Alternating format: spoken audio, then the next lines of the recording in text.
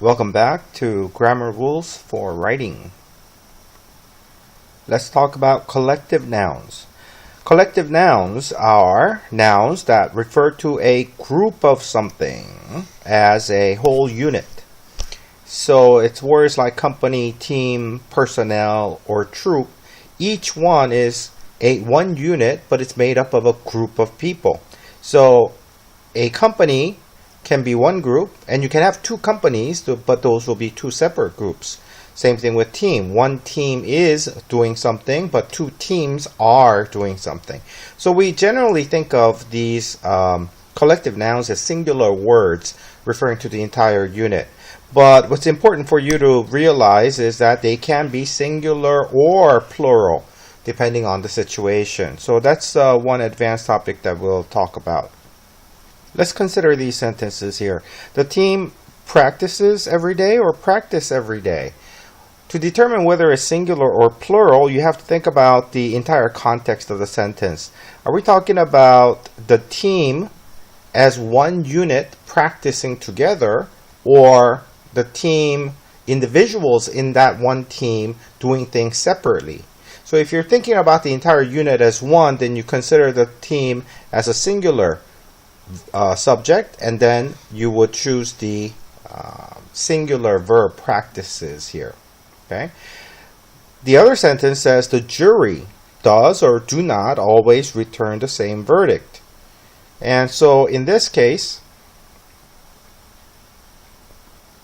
are we talking about the jury working as one unit together giving a verdict?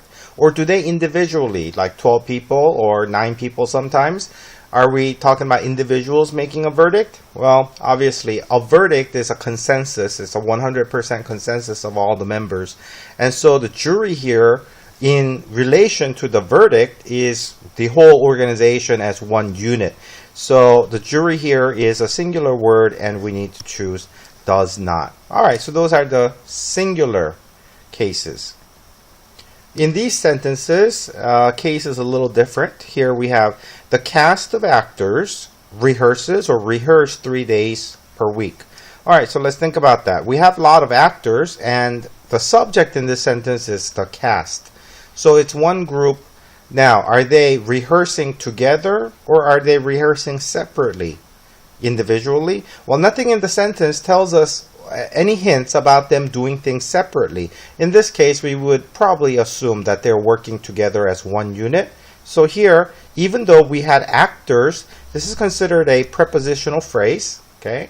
And we don't count that when we talk about subject, verb, agreements, and pronouns and antecedents and all that. We tend to mark them off with parentheses and we ignore them. So we have a cast, and does it rehearse or it rehearses? And here we're going to choose rehearses, the singular also. How about the next sentence?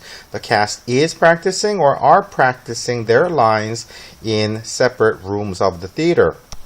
So here some clues are their lines in separate rooms of the theater. Well, one team, one group can't be in separate places unless we divide them up into individuals. So the clues are clear in the sentence that we're talking about individuals in the group. So the subject is still cast, but in this case, this is a plural subject. So we'll have to choose the cast are practicing their lines. The same rule for singular and plural applies when you're using pronouns to refer back to these collective nouns as the antecedent of the pronoun. So if the collective noun is singular, then we're going to need the it. And if the word is considered plural, then we're going to choose they as the pronoun. So in the first sentence, we have the company was ready to file its taxes. We have the company, that's the collective noun here. And it's a company, of course, is made up of hundreds of people, but the taxes that the company files is as one company, one unit. So when we get to the pronoun, we're going to choose its taxes. That refers back to one company. But if we say the jury did not agree on their verdict, in this case, for this pronoun, we got to consider whether we're talking about the jury as one unit or the individuals in the group. And the sentence says they didn't agree. And that means it's the individuals that don't agree. And there has to be differences among the individuals. So we got to consider the whole group as individuals separately because of the idea that's conveyed in the sentence. So in this case, we'll consider this plural. And so we'll choose a plural verb or plural pronoun there instead.